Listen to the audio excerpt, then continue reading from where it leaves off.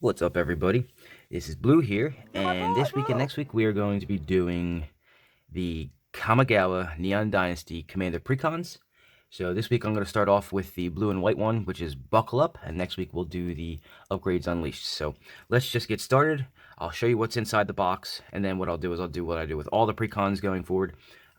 I have in the past, and going forward is I'm going to do a small upgrade section. I'm going to try to limit that a little bit, but first things first, let's get into this deck and see what it comes with out of the box. So, and we all know I love that sound. So, again, 2 weeks in a row we're going to be doing this just because I want to get these done and out of the way because they're new, and I don't want to miss that window of, everybody having already done it. So, inside the box we come with these again. They have the little chits or markers or what have you, and then something you can't do anything with because I've tried. So, seems like a real waste, but whatever. So there's that. And you have the box. Hopefully this time the box I get isn't all messed up like it was in the last one. It doesn't seem to be. Nice colors. I kind of like the color scheme. And then, of course, we have what's inside the actual thing. So you have a little spacer, which we don't do anything with. You have the little insert, which used to have like a little strategy guide on it or a playmat, but it doesn't have that anymore. At least I don't think so. No, it used to have like a really dumbed down playmat or what have you, or a strategy guide, but it doesn't. All Precons come with a 40 life counter, so 20 on one side and then up to 40 on the other. This one's a little different. It looks like a transformer on it. I don't know why. And then a dragon on the back. So that's this one's. We'll show you all of them for the other one next week. And then we have the deck. So it is for Kotori, Pilot Prodigy. So let me go over real quick. I'm not a big fan of the way that this deck is going to play. I'm not a huge vehicles fan, and the funny thing is when I was playing back in the day, this would have been my favorite thing because I like to play blue-white control with the ability to wipe boards, and since vehicles aren't creatures until they're piloted, that would play great into the whole Wrath of God, whatever. So, yeah, I don't know why I just don't seem to be into that as much as I probably should. So, let's go ahead and open it. We're going to split the deck up because there's a lot of... it's a thick deck here. I'll show you. So, let me read Kotori real fast for you so you can see what this deck is all about. Alright, so 1 blue, 1 white, 1 of any. It's a 2/4 legendary Moonfolk pilot. Vehicles you control have crew 2, so you never have to go above 2 to crew them. If you don't know what crew is, just ask me in the comments and I'll tell you how to crew things. A lot of people still don't understand vehicles because they're a little weird. And then at the beginning of combat on your turn, target artifact creature you control gains lifelink and vigilance until end of turn.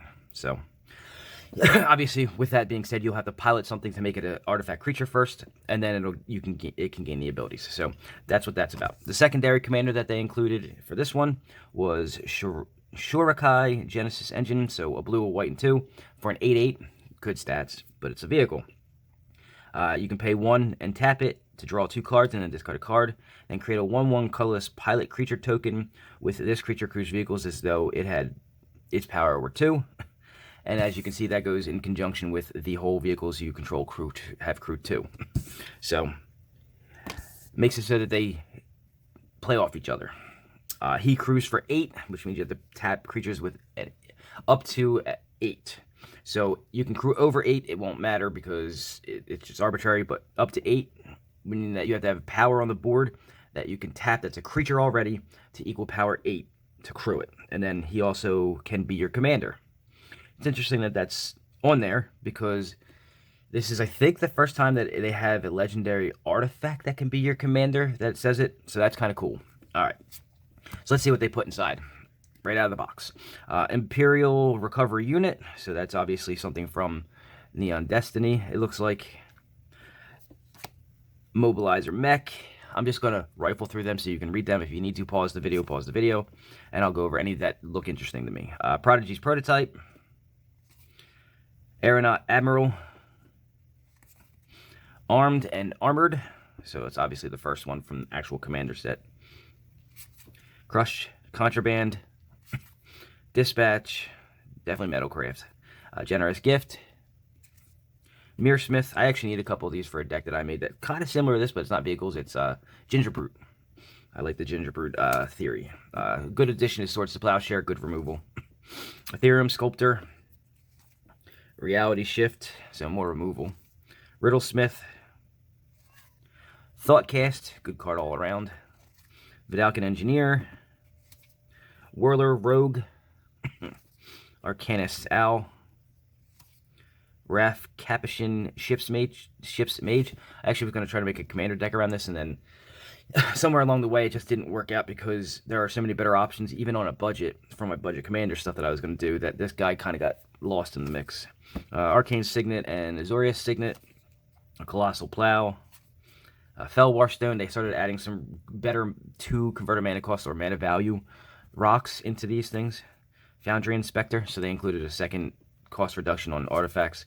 Gold Mirror, Raiders Knave, Shimmer Mirror, Sliver Mirror, Soul Ring, Aerial Surveyor,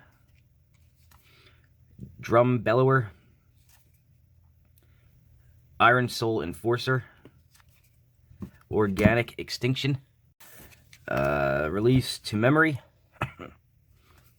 Swift Reconfiguration, Access Denied. It's almost like Arcane Denial. A lot more mana to spend, but oh well. Cyber Drive Awakener, Imposter Mech, Kappa Cannoneer, and if I'm not mistaken, I believe this is the card that is like, you know, when this first released, it became a $20 or $25 card. So let's read it real quick. So it's 6 of cast for a 4/4. It's a Turtle Warrior. Has Improvise, so you can cast it for less because your artifact helped pay for it. Ward 4, and whenever an artifact enters the battlefield under your control, you put a +1/+1 counter on it, and it can't be blocked this turn. So I can see why it's worth something. It has good, I mean, for the mana value that it costs, and the fact that you can make it less in a deck that's centered around artifacts, I can see why it's pretty good. Katsumasa the Animator. Research Thief. Universal Surveillance. So another... So in almost every single, like, last 3 that blue is in the precons, they've given us a 3 blue and X draw spell. So this is this iteration. There's a whole bunch of them now. They're all good in their own way. Surge Hacker, Mech. Cataclysmic Gearhulk, so a nice little reprint. Helps wipe the boards, like I said. So you choose an artifact, a creature, enchantment, and planeswalker, and then everybody sacrifices the rest. So if this was a little different, there's a red-white one out there from way back in the day. It's a giant that you can pay 2 white as a kicker, and it destroys all creatures, all other creatures, or whatever. And when they're not crewed, the artifacts that are vehicles, when they're not crewed, it wouldn't remove them. This one kind of removes them. Indomitable Archangel. Interesting choice to add in here. Alright, next half. Parhelion, not really a big fan of Parhelion itself. SRAM, fan of SRAM. Actually might make a deck for my budget commander decks based around him. Teshar, definitely. This is one of my favorite cards, and this was originally printed in Dominaria. It's a really good card. Flying for 4, it's a 2/2. It's a bird cleric. It looks like an angel, you know, the way they have it done, but it's a bird. And then whenever you cast a historic spell, which historic is obviously artifact, legendaries, sagas, they're all historic. Target creature, you can return target creature card with mana value 3 or less from your graveyard to the battlefield directly, and it doesn't even just come to your hand. So there's a good build here in not just budget, but in some realms, a regular, just non-budget deck that this could work with. Emery, great card. Actually glad that this is in here. I actually only have one. So Emery. Jace, Architect of Thought, which is the generic, let's put a Planeswalker in, and this gets put in every single precon. Master of Ethereum, good card as well. Sai, the Master Thopterist, also another good card. You can also make a budget deck off of that, even though I think Sai himself is now up to $6. But Thopter Spy Network, I needed these for decks that I want to make personally, so that's good to have. Dance of the Manse. Hannah, Ship's Navigator. This is an actual surprise free print. Return target artifact or enchantment card from your graveyard to your hand. She herself is a legendary, so she can also be a commander. This is a good reprint. Cultivator's Caravan, what a horrible reprint. Mirage Mirror. In my upgrade section, I would have mentioned Mirage Mirror would have been one of the ones I would have put in there if it wasn't in here already. Peace Walker Colossus. Sky Sovereign Consul Flagship, good card as well. Smuggler's Copter, first time this has been printed since it was banned in Standard. Solemn Simulacrum or Sadbot. Weatherlight. Some of the lands are Exotic Orchard, which they put in every single Commander Precon. Port Town, Prairie Stream, Skycloud Expanse, Spire of Industry, not a bad addition actually. Temple of Enlightenment, command tower, which goes in all of them, and then it looks like it's going to be plains and islands the rest of the way. And then, of course, you get the cool, thick, this baby's thick, commander that comes with it, and then tokens. So we got angels, elephants, mirrors, and spirits. On the other side, we're going to have more Thopters, cool Thopters. Actually, that's a pretty cool Thopter. Thopter, mirror, pilot, angel, and elephant. So that's what came inside the box. As I mentioned before, I'm not a big fan of vehicles. There is a way that I can make this a little bit better. And I'm going to go over that in the upgrade section. However, I want to mention that while I'm not a fan of this deck, that's not to say that you shouldn't run a deck like this. It all comes down to what your personal preference is. I myself, even though I don't like the vehicles, I'm sure I could find a way to make this deck more fun. It looks like it could be fun. I won't be testing the deck itself out. I'll be deconstructing this for my own personal uses for other decks that I want to build. Specifically, some of the guys in here that could be commanders. However, when I look at the way that deck's built, it looks like it could be fun. It looks like it could win a couple games, but it just... When you're using vehicles in Commander, the problem you have is that you're playing creatures just to play other artifacts that you have to use those creatures to turn into creatures. And the only way that this deck could actually be better, and I'll show you that, is by making it so that it centers around killing everything on the board without piloting anything, and then putting pilots into play so that you could pilot things to attack. So let's go ahead and just go over the upgrade section that I have put together real quick, and then maybe you can say for yourself whether or not you would like it. So let's get started.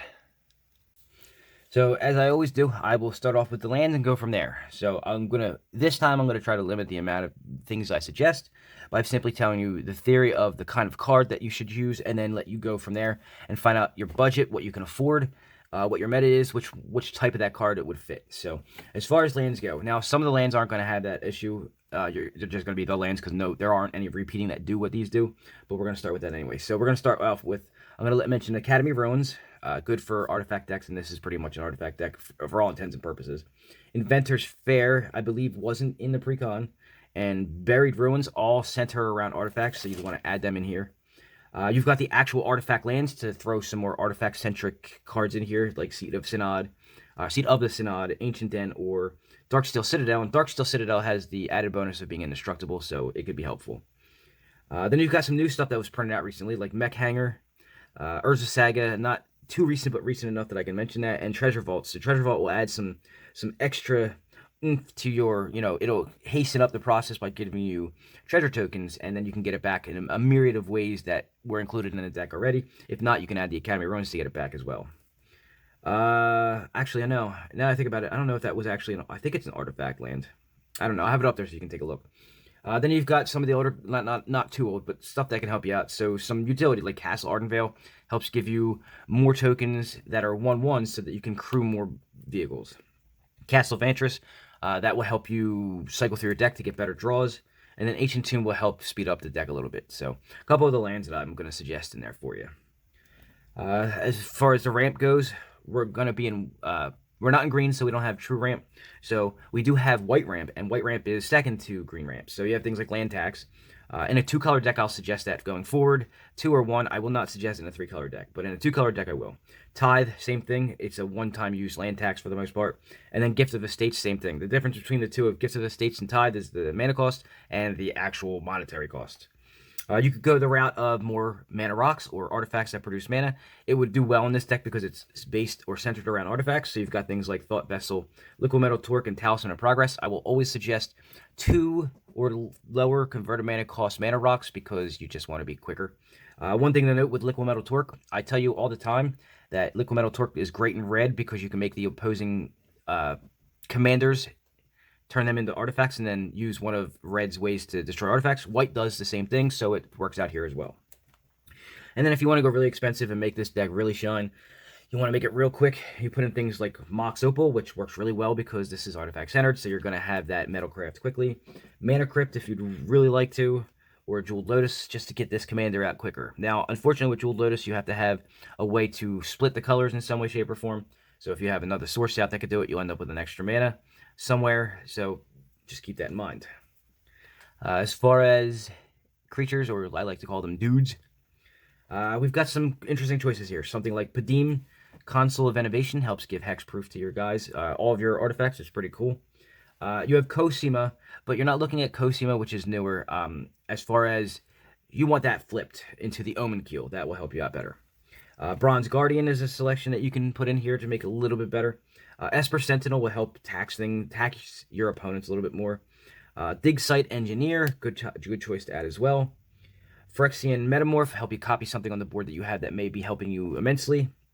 Aethersworn Canonist, since most of the stuff you're going to have in here will be artifact, it will not affect you anywhere near as much as it most likely will affect your opponents.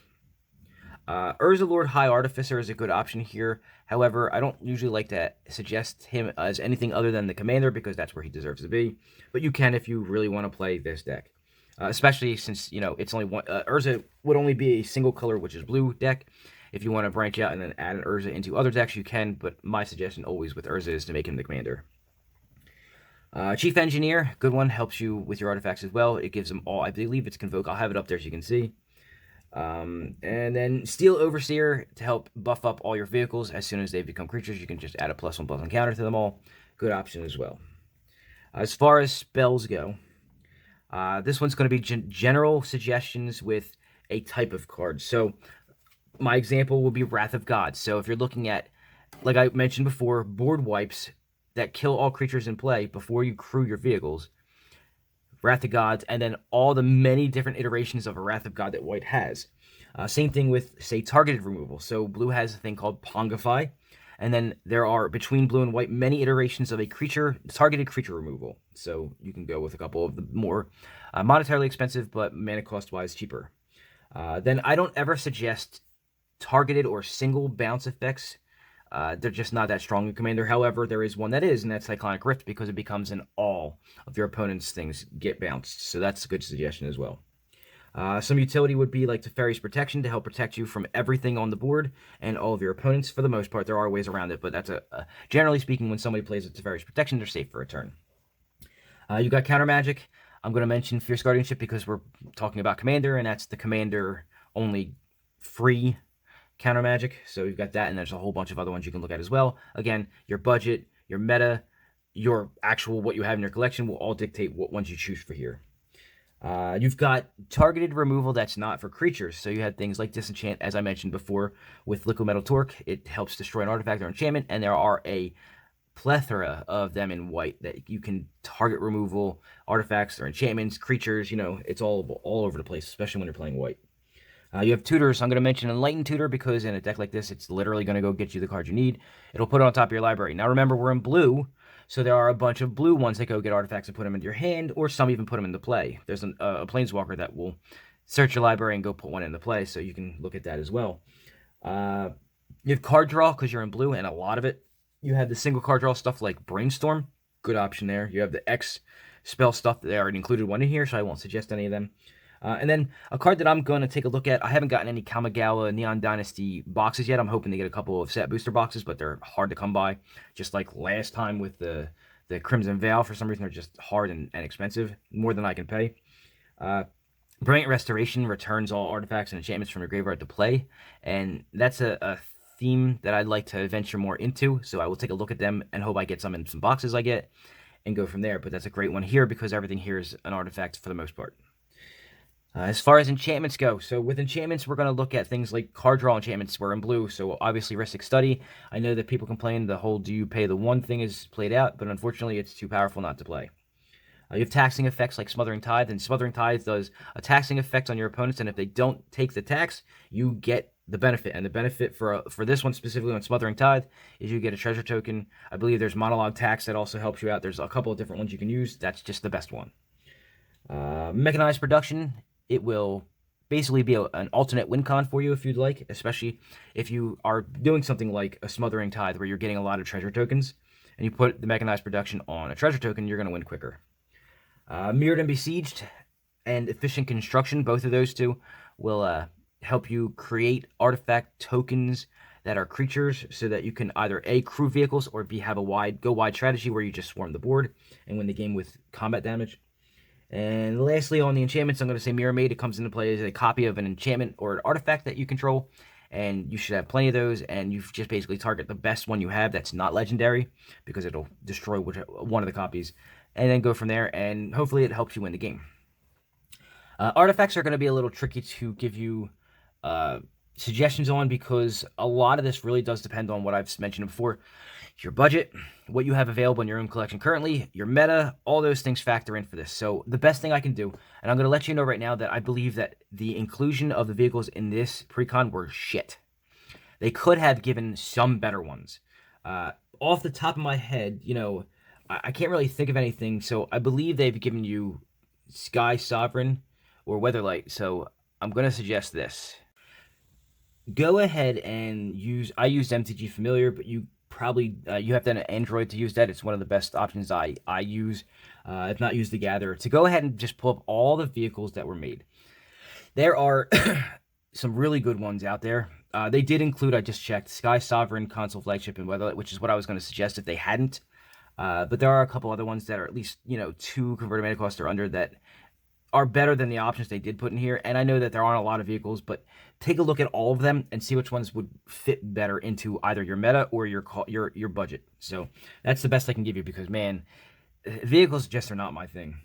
Other than that, you can put in stuff like Unwinding Clock so that you can untap your artifacts at the end of your turn. Darksteel Forge will help it so that you can keep all your artifacts alive, because it makes them all indestructible. Forsaken Monument makes all your colorless things get +2/+2, so when you crew things, they'll get a buff of +2/+2. It'll make it so that things like your Darksteel Citadel will add additional mana, so it's just helpful for all around uses. Bidon Thassa, an artifact enchantment. Either way, it works as whatever you want, but it's an artifact. Helps you draw cards, so I would definitely take a look into that. And then Mystic Forge. Mystic Forge, I realized when I made my Urza deck, is probably one of the best additions in any artifact deck ever. It allows you to look at the top card of your library at any time. It allows you to play cards off the top of your library if they're an artifact or a non-land colorless card. So that would be Eldrazi for the most part. But there are others, not many.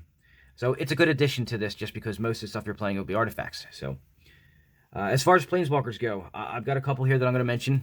You've got the 2 Ugins. The reason why 2 Ugins is, like, specifically the Ineffable makes all things cost 2 less. All colorless things cost 2 less. So all artifacts that aren't colored would be, you know, 2 colorless, 2 mana less. Spirit Dragon will fit in here as well, just because Ugin the Spirit Dragon is just good all around.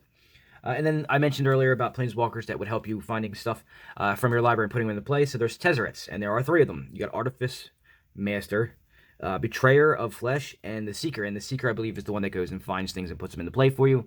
So those are all suggestions I would add to this to make this deck work a lot better. The Planeswalker they put in here does not really help this deck at all.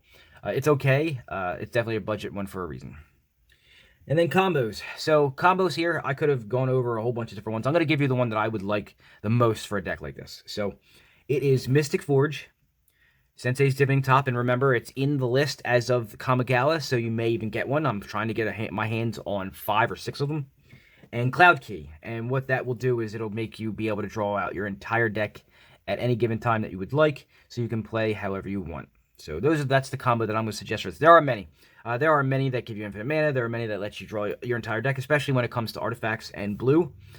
So that's the one I'm going to suggest for you. So that is the upgrade guide for the, what is this? The Buckle Up Precon for Kamigawa and the End Dynasty. To me, it's not one of the better ones that they've made. It's not anywhere near as good as the Elf one they recently made or the zombie one. But, I mean, you can actually make this work. And especially with a couple upgrades. So that's what I'm going to give you for the week. This is what I'm going to ask you to do me the favor. Like the video, subscribe to the channel, and share this out to somebody who may be interested in either buying the deck and doesn't know what's in it, or somebody who's looking to upgrade the deck and doesn't know specifically what to use as upgrades. I usually share this out to people who ask this question on Facebook all the time.